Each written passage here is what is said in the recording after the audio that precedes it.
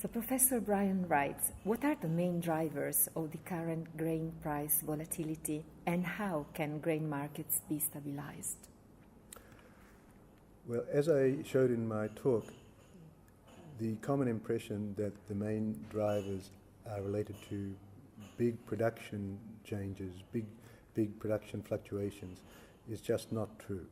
Recent production has not been unusually bad. In fact, there haven't been any really big downturns in production of the major grains in the last several years over all the world. What is important is that stocks have been driven to very low levels since biofuels has been expanded in Europe and in the United States since about 2006. Biofuels demand in the United States for maize and in Europe for oilseeds, and to some extent in the United States for oilseeds, have put pressure on the demand for all food and feed calories, lowering the ratio of stocks to minimal levels. And when stocks are at minimal levels, any small fluctuations have to be compensated by changes in consumption, which can only be induced by large price fluctuations. So the drivers are the biofuels that led to lower stocks because of the huge increase in demand. The lower stocks make the market very vulnerable to small fluctuations in supply or demand. There have been small or moderate fluctuations due to well-known phenomena including Australian production problems, Russian drought and other things which normally would be easily absorbed by the market. And how does climate change directly affect agriculture, grain markets in particular? And to what extent may climate change exacerbate developing countries' vulnerability in agriculture? Well, the most important effect of climate change on markets up to now has been indirect. It is concern with climate change and its mitigation that has led many people to support conversion of agricultural production to biofuels production.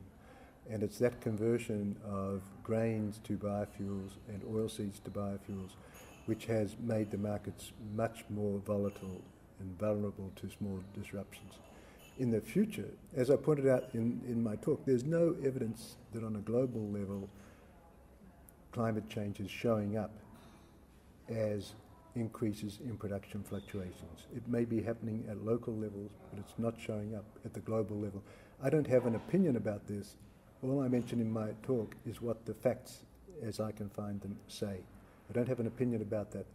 In the future, if climate change continues, I think there's no doubt that major effects will happen in agriculture and forestry and maybe in fisheries, and it would be surprising if these don't include larger fluctuations.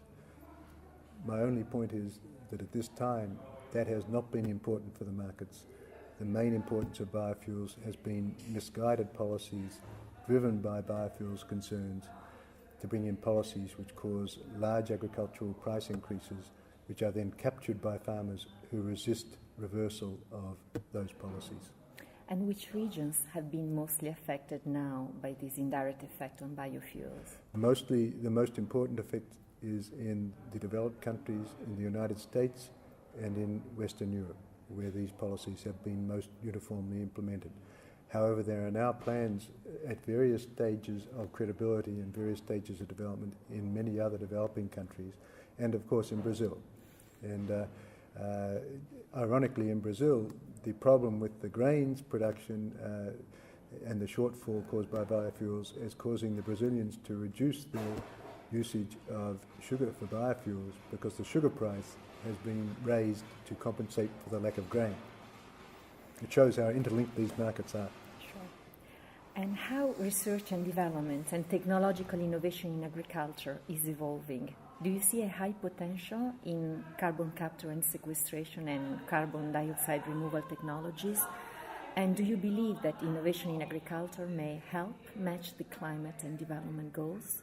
You believe that, I didn't hear, something agriculture? You believe that innovation in agriculture may help match these two goals? For many years, ever since I have been an economist, I have been very interested in support for agricultural innovation. the rate of return on agricultural innovation has always been extremely high relative to other public or private investments. It's usually over 20% on average every year, which means we always do too little. The rate of return should not be so high. And recently, people have been influenced by economists who have said that food shortages don't cause famines. In fact, food shortages, as we see, cause very high prices and will cause poor people to have much lower welfare, given the current distribution of income, which we cannot change. And so innovation in agriculture has stopped the Malthusian disaster from hitting society. It's been a huge success in keeping agricultural prices falling and keeping people better fed and living longer. It's only biofuels which has negated that effect recently. And it's unfortunately true that even if we did invest the proper amount in innovation in agriculture, it's possible to expand biofuels demand too fast for the innovation to keep up. So we need to reduce the biofuels demand expansion, and we need to increase and make more stable the commitment to agricultural innovation, which has been the greatest benefit to poor people in the world of any innovation that we've seen in the last 100 years. And you think that agricultural innovation can occur preserving the environment and conserving biodiversity, or do you see any potential negative externality on the environment? There is potential competition, but what is not widely recognized is that the Green Revolution meant that we needed to use for farmland an area of land equivalent, I believe, to the area of agricultural land in Western Europe. So imagine if we had not had that innovation, we'd either have people dying of hunger, or we would have land that's not currently used, that's fragile and environmentally sensitive, being used for agriculture. There's no third choice. So already it's been well proven, although not well recognized, that agricultural innovation has been one of the most important benefits for the environment. Even though there are some costs of pesticides, herbicides, cultivation, there are huge benefits, and they have shown up in allowing food supply to increase per capita by about 1/3 over the last 50 years, for people to live longer, have more productive lives, for population to decrease paradoxically. When people live better, their birth rate goes down.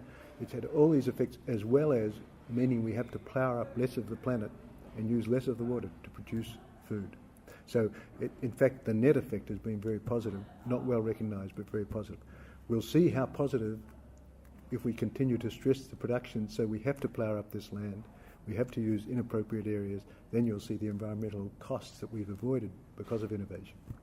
Thank you very much, Professor Wright. Thank you.